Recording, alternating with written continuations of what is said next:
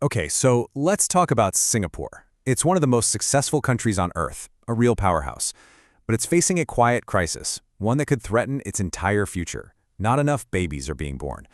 And in this explainer, we're going to unpack why that is. And believe me, the reasons go way deeper than you might think. Look at this number, 0.97.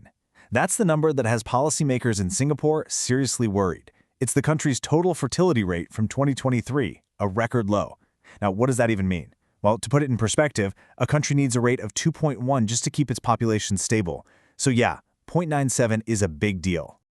This quote, wow, it just nails the heart of the issue, doesn't it? The idea here is that Singapore's incredible success has created a society of super yachts, people with these incredibly high standards and expectations. And those super yachts just can't find a way to connect with the more traditional sampans. This metaphor perfectly sets the stage for the social puzzles we're about to solve. So, here's our roadmap. First, we're going to look at just how serious this threat is. Then, we'll dive into two really fascinating social paradoxes, something called the maiden gap and the perfect child problem. After that, we'll take a little jump into the future to see how new technology could make things even trickier. And finally, we'll talk about what really needs to change. So, why is this such a big deal? I mean, it's just a number, right? Well, for a country like Singapore, it's a huge deal. A shrinking population is basically an existential threat. You're talking about a smaller workforce, an older society that's harder to care for, and some really tough questions about the nation's future on the world stage. Now, when you hear about this, your mind probably jumps to the usual suspects, right?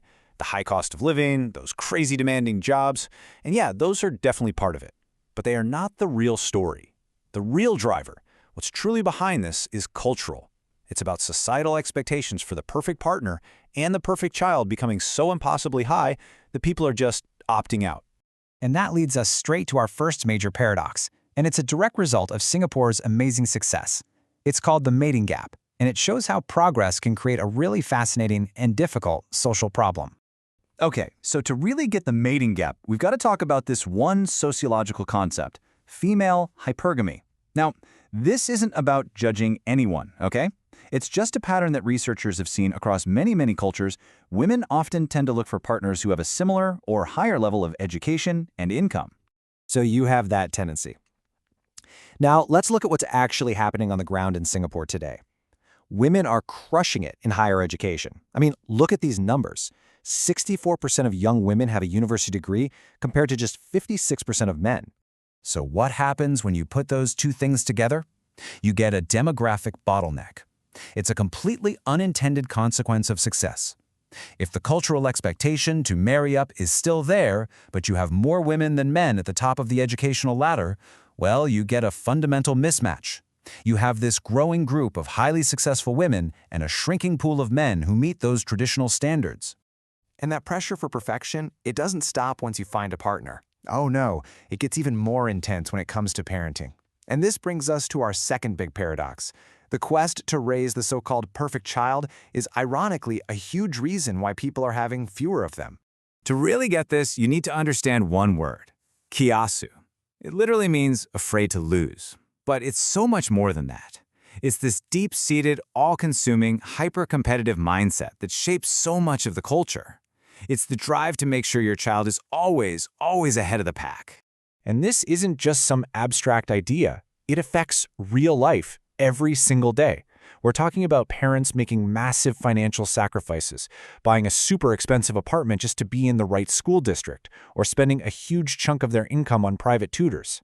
Your child's success becomes all about family honor, and the fear of losing face is huge. So when parenting feels like this high-stakes, all-consuming marathon, well, you can see why the idea of running it 2 or 3 times is just completely overwhelming. Okay, so if you think the pressure is intense now, just imagine what happens when technology gives you the tools to literally design your kids for success.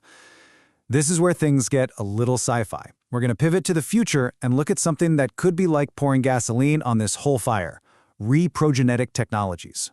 And I know this sounds like something out of a movie, but it's not.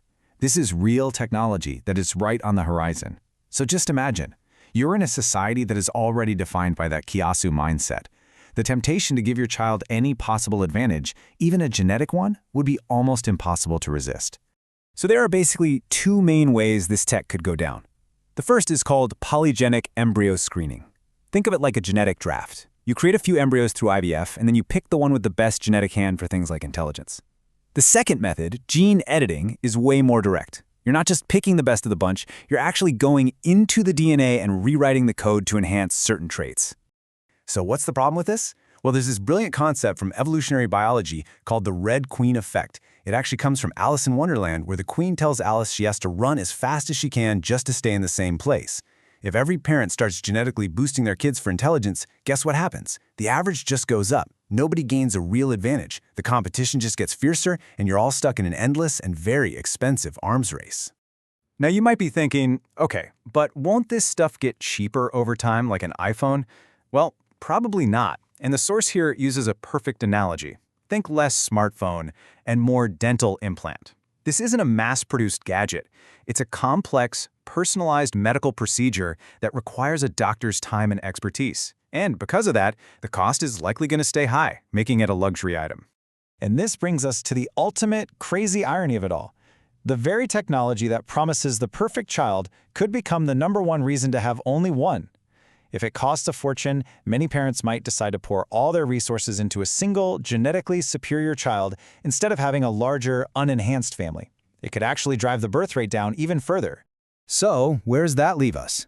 Government policies aren't the whole answer, and we've just seen how futuristic technology could even make the problem worse.